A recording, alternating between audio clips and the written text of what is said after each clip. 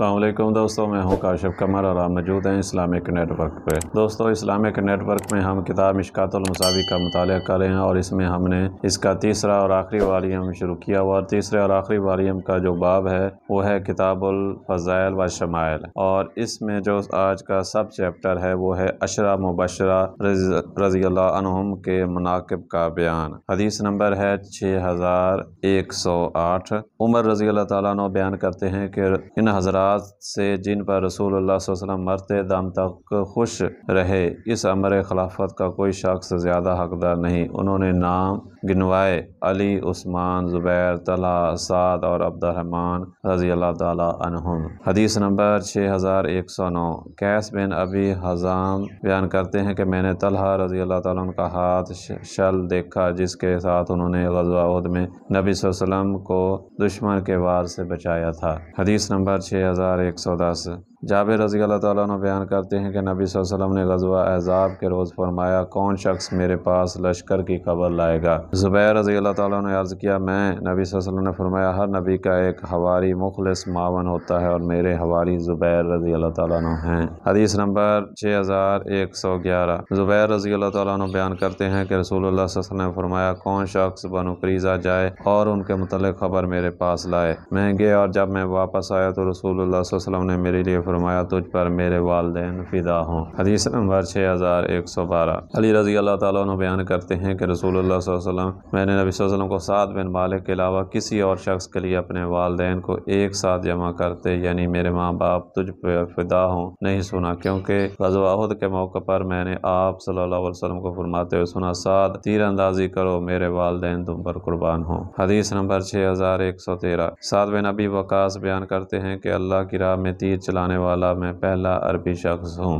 حدیث نمبر 6114۔ عائشہ رضی اللہ تعالیٰ عنہ بیان کرتی ہیں کہ رسول اللہ صلی اللہ علیہ وسلم کسی غزوہ سے واپس مدینہ آئے تو رات بھر جاگتے رہے۔ آپ صلی اللہ علیہ وسلم نے فرمایا: کاش کوئی مرد صالح میرے لیے پہرا دیتا۔ اتنے میں ہم نے ہتھیاروں کی آواز جھنکار سنی۔ آپ صلی اللہ علیہ وسلم نے فرمایا: یہ کون ہے؟ انہوں نے عرض کیا: میں سعد ہوں۔ آپ صلی اللہ علیہ وسلم نے فرمایا: آپ یہاں کیسے آئے؟ انہوں نے عرض کیا: میرے دل میں رسول اللہ صلی اللہ علیہ وسلم کے متعلق خوف سا پیدا ہوا تو میں آپ کے لیے پہرا دینے آیا ہوں۔ رسول اللہ صلی اللہ علیہ وسلم نے ان کے لیے دعا فرمائی، پھر سو گئے۔ حدیث نمبر 6115۔ انس رضی اللہ تعالیٰ عنہ بیان کرتے ہیں کہ رسول اللہ صلی اللہ علیہ وسلم نے فرمایا: ہر امت کے لیے ایک امین ہوتا ہے اور اس امت کے امین ابو عبیدہ بن جراح ہیں۔ حدیث نمبر 6116۔ ابن ابی ملیکہ بیان کرتے ہیں کہ میں نے عائشہ رضی اللہ تعالیٰ عنہ سے اس وقت سنا جب ان سے یہ سوال کیا گیا کہ اگر رسول صلی اللہ علیہ وسلم کسی کو خلیفہ نامزد کرتے تو آپ کسے نامزد فرماتے؟ انہوں نے فرمایا: ابو بکر۔ پوچھا گیا: پھر ابو بکر کے بعد کون؟ انہوں نے فرمایا: عمر۔ پوچھا گیا: عمر کے بعد کون؟ انہوں نے فرمایا: ابو عبیدہ بن جراح۔ حدیث نمبر 6117۔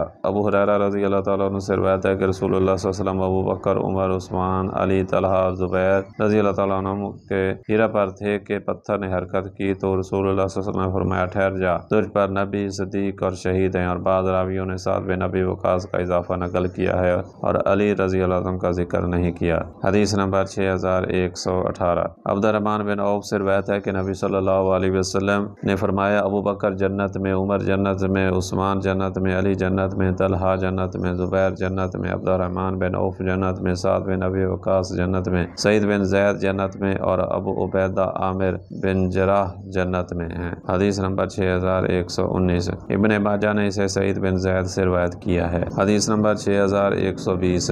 انس رضی اللہ تعالیٰ عنہ نبی صلی اللہ علیہ وسلم سے روایت کرتے ہیں کہ آپ صلی اللہ علیہ وسلم نے فرمایا: میری امت میں پر سب سے زیادہ مہربان ابو بکر ہیں، اللہ کے دین کے معاملے میں سب سے زیادہ سخت عمر ہیں، ان میں سب سے زیادہ باحیا عثمان ہیں، علم و میراث کے سب سے بڑے عالم زید بن ثابت ہیں، سب سے بڑے قاری ابی بن کعب ہیں، حلال و حرام کے متعلق سب سے زیادہ علم رکھنے والے معاذ بن جبل ہیں، اور ہر امت کا ایک امین ہوتا ہے اور اس امت کے امین ابو عبیدہ بن جراح ہیں، احمد ترمذی، اور انہوں نے فرمایا یہ حدیث حسن صحیح ہے۔ حدیث نمبر 6121۔ زبیر رضی اللہ تعالیٰ عنہ بیان کرتے ہیں کہ غزوہ احد کے موقع پر نبی صلی اللہ علیہ وسلم نے 2 زیریں پہنی ہوئی تھیں۔ آپ ایک چٹان کی طرف متوجہ ہوئے لیکن آپ اس پر نہ چڑھ سکے تو طلحہ رضی اللہ تعالیٰ عنہ آپ کے نیچے پہ بیٹھ گئے حتیٰ کہ آپ اس چٹان پر پہنچ گئے۔ میں نے رسول اللہ صلی اللہ علیہ وسلم کو فرماتے ہوئے سنا، طلحہ نے جنت کو واجب کر لیا۔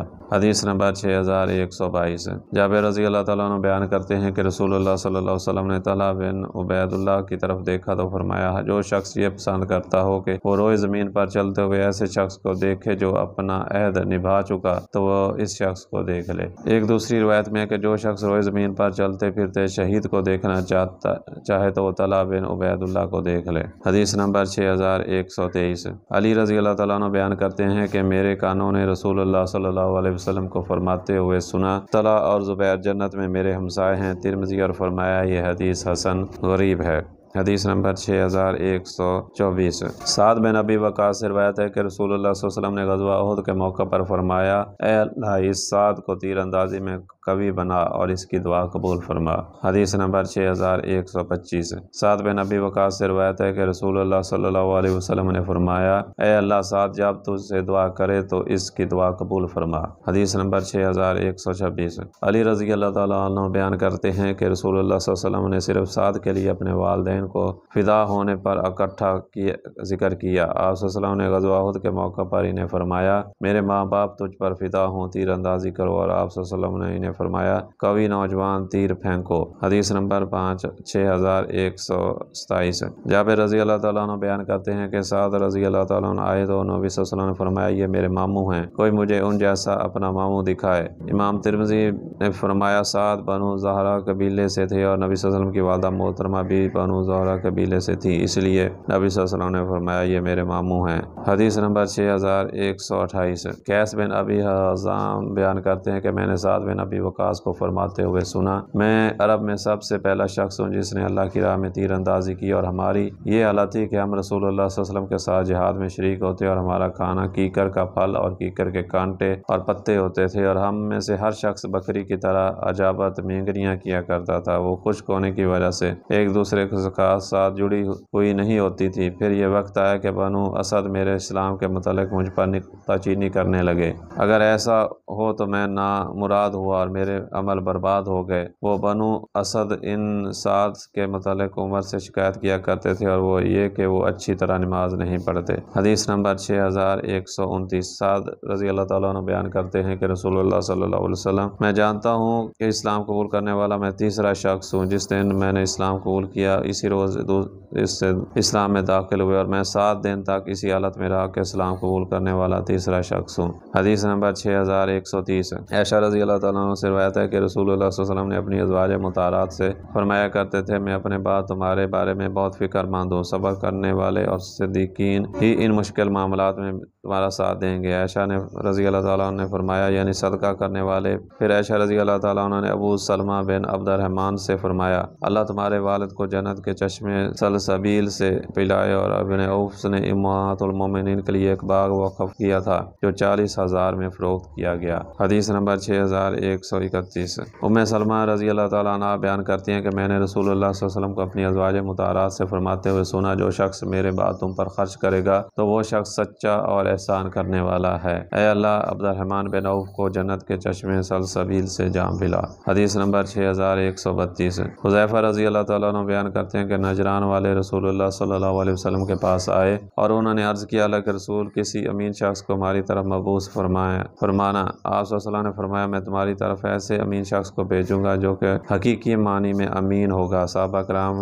اس عمارت کے خواہشمند تھے۔ راوی بیان کرتے ہیں کہ آپ نے ابو عبیدہ بن جراح کو بھیجا۔ حدیث نمبر 6133۔ علی رضی اللہ تعالیٰ عنہ بیان کرتے ہیں کہ رسول اللہ صلی اللہ علیہ وسلم عرض کیا کہ اللہ کے رسول ہم آپ کے بعد کسے خلیفہ مقرر فرمایا؟ آپ صلی اللہ علیہ وسلم نے فرمایا، اگر تم ابو بکر کو امیر بنا لو تو تم انہیں امین، دنیا سے بے رغبتی رکھنے والا اور آخرت سے رغبت رکھنے والا پاؤ گے، اور اگر تم عمر کو امیر مقرر کرو گے تو تم انہیں قوی امین پاؤ گے، وہ اللہ کے معاملے میں کسی ملامت کرنے والے کی ملامت سے خوف زدہ نہیں ہوتے، اور اگر تم علی کو امیر بناؤ گے، حالانکہ میں نہیں سمجھتا کہ تم انہیں بناؤ گے تو تم انہیں ہادی اور ہدایت یافتہ پاؤ گے اور وہ تمہیں صراط مستقیم پر چلائیں گے۔ حدیث نمبر 6134۔ علی رضی اللہ تعالیٰ عنہ بیان کرتے ہیں کہ رسول اللہ صلی اللہ علیہ وسلم نے فرمایا، اللہ ابو بکر پر رحم فرمائے، انہوں نے اپنی بیٹی سے میری شادی کی، دارالہجرت کی طرف مجھے اٹھا کر اپنے اونٹ پر سوار کر کے لے گئے، غار میں میرے ساتھ رہے اور اپنے مال سے بلال کو آزاد کرایا،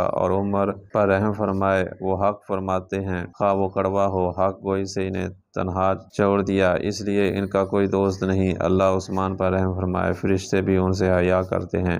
اللہ علی پر رحم فرمائے، اے اللہ وہ جہاں بھی جائیں حق ان کے ساتھ ہی ہے رہے۔ ترمذی، اور انہوں نے فرمایا یہ حدیث غریب ہے۔ تو دوستو یہ تھی آج کی ویڈیو، امید ہے کہ یہ ویڈیو آپ کو پسند آئی ہوگی۔ اگر ویڈیو پسند آئی ہے تو اس کو لائک کریں اور اپنے دوستوں کے ساتھ شیئر بھی کریں، اور اگر آپ کو ہمارا یہ چینل پسند ہے تو اس کو سبسکرائب کر لیں تاکہ ہر نئی آنے والی ویڈیو ایک نوٹیفیکیشن کے ذریعے آپ تک پہنچ سکے۔ آئندہ ویڈیو تک کے لیے اللہ حافظ۔